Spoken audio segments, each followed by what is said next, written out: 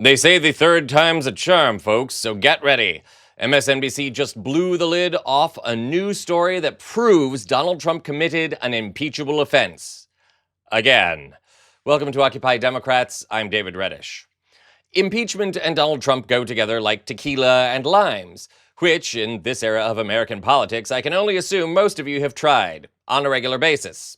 One is sour, but that makes the other a lot more palatable. Of course, Trump is no stranger to impeachment as the only president to ever be impeached twice. Once for withholding aid from Ukraine in exchange for intelligence on his personal enemies, and the other for inciting the January 6th insurrection.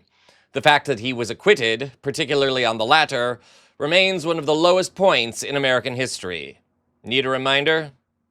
The final vote on acquittal came 10 votes short of the 67 required to convict former President Donald Trump of inciting the January 6th riot at the U.S. Capitol. We fight like hell, and if you don't fight like hell, you're not going to have a country anymore. That assault by flag-waving armed Trump supporters came shortly after the president spoke and followed months of him spewing the so-called big lie that he had been fraudulently denied re-election.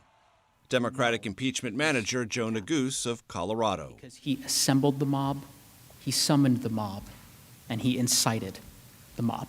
Mr. Burr, guilty. 7 Republicans voted to convict, not among them Kentucky's Mitch McConnell. Yet the Senate Minority Leader later excoriated Mr. Trump's election fraud lies and the violence that he said flowed from them. Once again, screw Mitch McConnell for voting to acquit on the basis that Trump had already left office.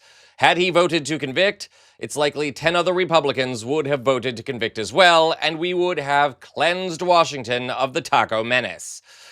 But we may get another chance, so stay tuned.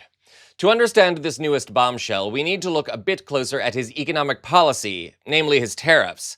Here's a reminder of how that mess is going. One that stuck out, it's fun, not feelings. And what's really not fun is what's going on with the American public today, or what they're feeling about the economy. Is this another poll? No, it's not actually. Please, it's headlines. Oh, my God. Headlines. In wake of Trump tariffs, John Deere announces mass layoffs.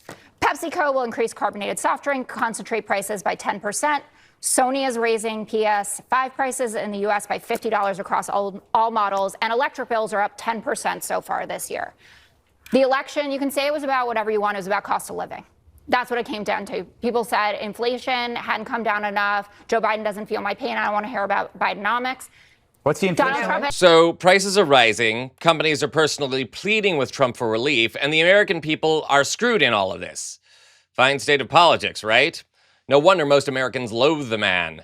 For more on that, see our other videos here on the channel. Remember, though, a lawsuit is currently playing out that says Trump is abusing his emergency powers to establish tariffs. So potentially, all of this new tariff stupidity could be nullified. Here's hoping. Regardless, until that time, Trump has the power to issue new tariffs or offer exceptions for certain companies. With that in mind, MSNBC just revealed that Trump has his own secret plan to get rich off of the tariffs. Take a look. Since January, the president's bought more than $100 million worth of corporate and municipal bonds. That is according to filings from the Office of Government Ethics. This kind of active trading by a president is unprecedented. It means Donald Trump stands to benefit or suffer losses, depending on how these bonds perform. But these bonds include banks, and they include companies, and they include local governments that are literally directly impacted by the decisions that Donald Trump is making in the White House. Tim, is this classic Donald Trump? You are extremely familiar with how this gentleman works as a businessman. It is. Well, it's not even Donald Trump working as a businessman. It's Donald Trump working as an insider trader. It's Donald Trump in a position to influence the interest rates that determine the value of the bonds he's buying. It's that simple. The other thing is, it is a drop in the bucket. The $100 million in bonds he bought is a drop in the bucket in terms of the grift that's going on in the White House around cryptocurrencies. His net worth, I think, jumped by more than $2.5 billion based on paper, but it's on cryptocurrency assets he holds at a time when his family had absolutely no experience in the business before he became president. It's a product that he disparaged as a scam before he became president. Yes, Trump is buying bonds in the very companies and industries he's tariffing. Ergo, if he offers them exceptions from tariffs, their stock prices will skyrocket, making him even wealthier.